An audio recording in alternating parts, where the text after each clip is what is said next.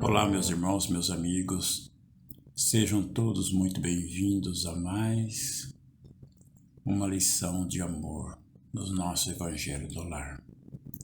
Que a paz possa estar em nossos corações hoje, tendo a primeira leitura com a Maria Helena e depois com o Fábio. Eu no início, fazendo a oração e depois no final. Vamos elevar os nossos pensamentos a Jesus, com a graça de Deus, para que possamos ouvir melhor, compreender melhor os ensinamentos de hoje, pedindo a Jesus que nos ampare e nos proteja, hoje e sempre, graças a Deus. Olá, estamos estudando o Livro dos Espíritos, capítulo 6, item 5, Lei de Destruição, questão 731. Por que, ao lado dos meios de conservação, a natureza, ao mesmo tempo, colocou os agentes destruidores? Resposta: o remédio ao lado do mal. Já o dissemos, é para manter o equilíbrio e servir de contrapeso. 732. A necessidade de destruição é a mesma em todos os mundos? Resposta: ela é proporcional ao estado mais ou menos material dos mundos. Cessa com o estado físico e moral mais depurado. Nos mundos mais avançados que o vosso, as condições de existência são outras. 733. A necessidade da destruição existirá sempre entre os homens sobre a terra? A necessidade de destruição enfraquece entre os homens, à medida que o espírito se sobrepõe à matéria. É por isso que vedes o horror à destruição seguir o desenvolvimento intelectual e moral. 734. Em seu estado atual, o homem tem um direito ilimitado de destruição sobre os animais? Resposta: esse direito é regulado pela necessidade de prover a sua nutrição e a sua segurança. O abuso jamais foi um direito.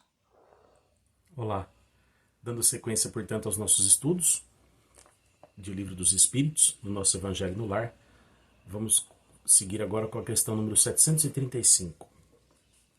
Que pensar da destruição que ultrapassa os limites das necessidades e da segurança? Da caça, por exemplo, quando não tem por objetivo senão o prazer de destruir sem utilidade? Resposta dos Espíritos: predominância da bestialidade sobre a natureza espiritual. Toda destruição que ultrapasse os limites da necessidade é uma violação das leis de Deus. Os animais não destroem senão por suas necessidades, mas o homem que tem o livre-arbítrio destrói sem necessidade.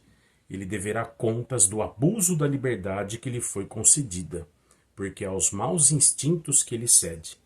Então a gente viu nas perguntas anteriores, né, que a lei da destruição se torna necessária. Deus usa da destruição para a renovação, né, dos ambientes, do planeta e até da própria humanidade em si, né, do corpo físico, digamos. Aos poucos a gente vai evoluindo e a destruição para a renovação também faz parte. Inclusive que ele fala da destruição animal regulada à necessidade de alimentação do homem, mas que o abuso dessa destruição vai produzir contas a serem resgatadas na intenção de cada um que tenha participado disso, né? O que foge à normalidade, o que foge à necessidade é abuso, e na prática do abuso cada um será responsabilizado.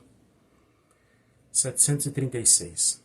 Os povos que levam ao excesso o escrúpulo relativo à destruição dos animais têm um mérito particular?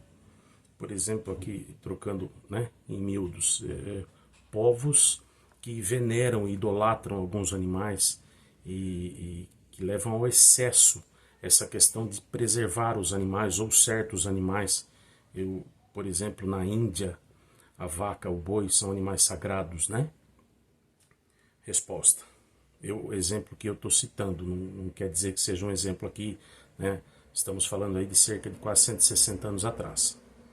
Resposta: é um excesso num sentimento louvável por si mesmo, mas que se torna abusivo e cujo mérito é neutralizado pelo abuso de muitas outras espécies. Ou seja, às vezes você tem uma sociedade, um povo, uma tribo que venera alguma espécie animal e preserva aquela espécie, mas ainda assim é algum culto, alguma crença, alguma coisa assim. Eles não preservam o que eles preservam naquela espécie, eles não preservam em outras, eles abusam de outras, por exemplo. É isso que ele quer dizer aqui.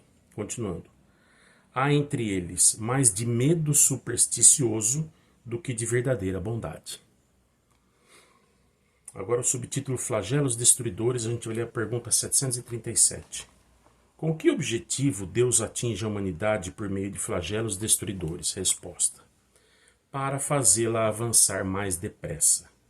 Não vos dissemos que a destruição é necessária para a regeneração moral dos espíritos, que adquirem a cada nova existência um novo grau de perfeição? É preciso ver o fim para lhe apreciar os resultados. Não os julgais, senão, sob o vosso ponto de vista pessoal, e os chamais de flagelos por causa do prejuízo que vos ocasionam.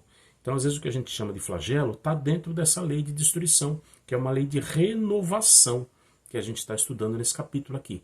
Então, a gente se assusta, a gente chama de flagelo porque causa prejuízo, porque causa mortes, porque causa destruição, como um maremoto destruiu uma cidade litorânea, por exemplo, né, o tsunami. Mas está tudo dentro de uma lei, e uma lei de transformação para melhor, seja das almas, seja do planeta em si. Continuando. Mas esses transtornos são frequentemente necessários para fazer alcançar mais prontamente uma ordem melhor de coisas, em alguns anos, o que teria exigido muitos séculos. Então, aonde atua a lei da destruição, é um atalho, digamos assim, uma